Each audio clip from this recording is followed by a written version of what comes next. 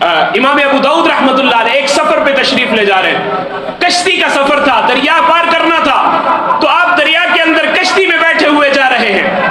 اتنے میں آپ کی کشتی جب کنارے کے قریب لگنے لگی تو پیچھے ایک کشتی کے اندر سے کسی کو چھینک آئی، اس نے چھینک مار کر الحمدللہ کہا، تو امام ابو داؤد رحمۃ اللہ علیہ کے کان میں آواز پڑ گئی کہ اس نے الحمدللہ کہا ہے، تو امام ابو داؤد رحمۃ اللہ علیہ اتنی دیر میں کنارے پر پہنچ چکے تھے۔ آپ نے دوبارہ 1 درہم کشتی والے کو دیا اور دے کر کہا کہ مجھے دوبارہ اس کشتی کے پاس لے کر جاؤ، میں اپنے اس بھائی کو جا کر جواب دینا چاہتا ہوں۔ کشتی کروائی 1 درہم میں